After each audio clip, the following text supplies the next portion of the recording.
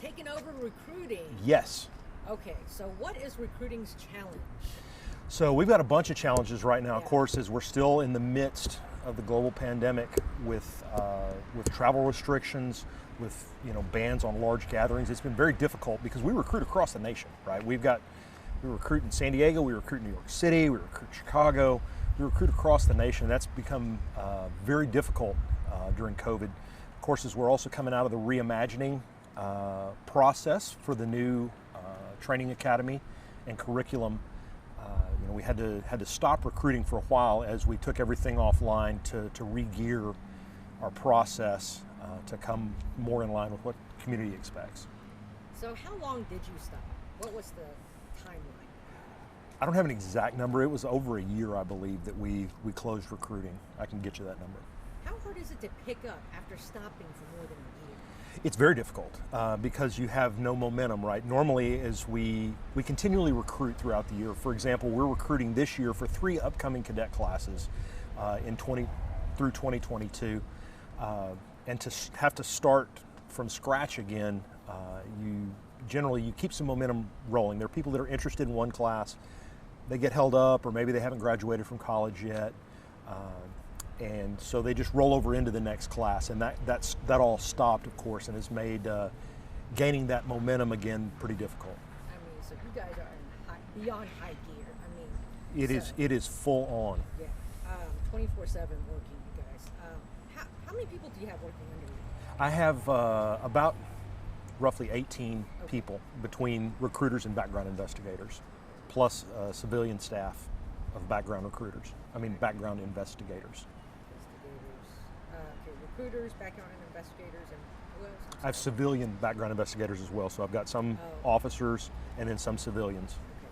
So 3 classes, and you gave the number of 2,000 applicants. Is that still? Typically, in a normal recruiting cycle, a normal recruiting cycle for us is usually about 9 months, and out of that, we would expect to see across the board 1,500 to 2,000 applications to come up with a class of roughly 100 cadets.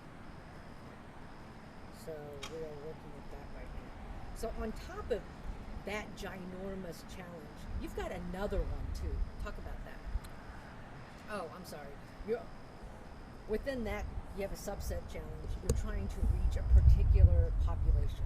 Absolutely. So one of the things that we're, of course, always tracking is our demographics to make sure that the department is made up of the community that we serve, right? And that we have broad varieties, broad representation from all community groups. And one of the areas that I'm really hoping to target with a large recruiting event this fall is the Asian American Pacific Islander community. Historically, we've not done as well recruiting from that community, and that's something that I'm really hopeful that we can change this year. Why is that important? Again, it's important to have a face of the department that is representative of the face of the community, right? We have people that come from all walks of life, all backgrounds, all ethnic communities, and we just want to make sure that our department is representative of the community that we serve. Talk about how the census numbers don't match the department. Yeah, and so I'm basing this off of the City of Austin's website statistics, but from what I understand anecdotally is that the Asian American Pacific Islander community is the fastest growing community in Austin. I've heard numbers as much as 30% growth over the last period, and historically our Asian American Pacific Islander officer recruitment is well below that. So what is the recruiting unit doing to try to bump up AAPI numbers within the department? So again, one of the things that we're going to try and do this fall is to put on a very large recruiting event to cover the whole spectrum of the AAPI community. We're going to try and do a large outdoor gathering so that it can still be socially distanced. I want to have, I've got volunteers from within the police department, folks in the AAPI community that volunteered their time to come out and to speak to people in the AAPI community, answer questions about law enforcement. I know that historically in a lot of AAPI countries that people have come from that work in law enforcement is not necessarily a very esteemed career. as it is here. And so one of the things we want to do is help change that message, right? That it's a very good career. We seek highly talented, motivated individuals. We love people with college degrees. As a matter of fact, we have a pay incentive for people that would have a bachelor or master's degree. And so, again, I think it's just going to be engagement face-to-face in that community that's going to help to change that theme. Also talk about how you're maybe promoting your higher up, your AAPI hierarchies, right? Like your Eve and your Jerry Presidents, and you're maybe taking them out. As a matter of fact, yeah, so Chief Balzon and Commander Stevens have both already volunteered to come out and help with that event. I have people in the AAPI community from a deputy chief or an assistant chief, commanders, lieutenants, sergeants, detectives, patrol officers. I'm going to bring people from the whole... So yeah, I liked how you said maybe changing the message.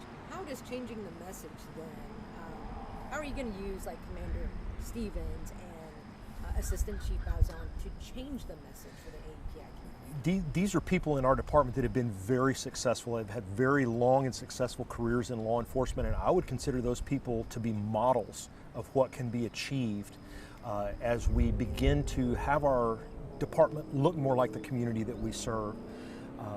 Again, we have people from all ranks in the department in the AAPI community, from an assistant chief, we have a female commander, all the way down to officers that have just graduated the academy that, again, I think would be representative of that AAPI community that we're trying to reach. That's good. What else? Have we covered everything? Your initiatives, efforts, the high-ranking folks, messaging, the large gathering. Online recruiting? Is that? It's playing pretty big. I mean, with social media, we're using quite a bit. We're doing actually some Facebook Live events where people have an opportunity, long distance, to interact with a recruiter.